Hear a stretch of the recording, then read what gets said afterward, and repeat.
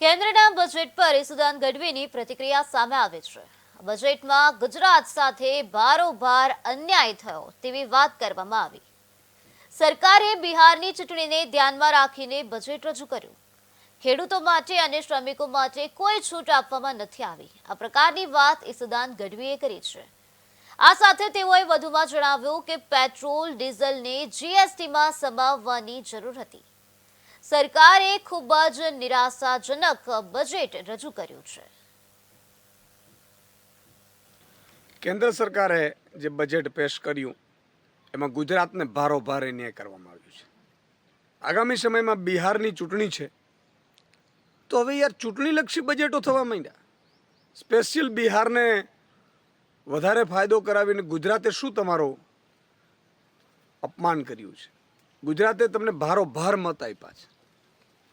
ત્યારે નરેન્દ્ર મોદી, અમિત શાહજી, નિર્મલા સીતારામનજી કહેવા માંગીએ છીએ, ખેડૂતો માટે કશું નથી, શ્રમિકો મજૂરો માટે કશું નથી, તમે મધ્યમ વર્ગ માટે, મિડલ ક્લાસ માટે ખરેખર તો સંપૂર્ણ છૂટ આપવી જોતી હતી 15-18 લાખ સુધીની।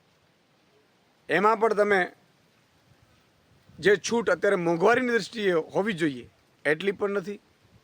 પેટ્રોલ ડીઝલને તમે જીએસટીમાં સમાવ્યો નથી અને ગુજરાતમાં તમે ગુજરાત માટે કોઈ ટેક્સટાઇલ છે, નાના ઉદ્યોગો છે, એમએસએમઈ છે, એને લઈને કોઈ મોટી જાહેરાતો કરવામાં આવી નથી।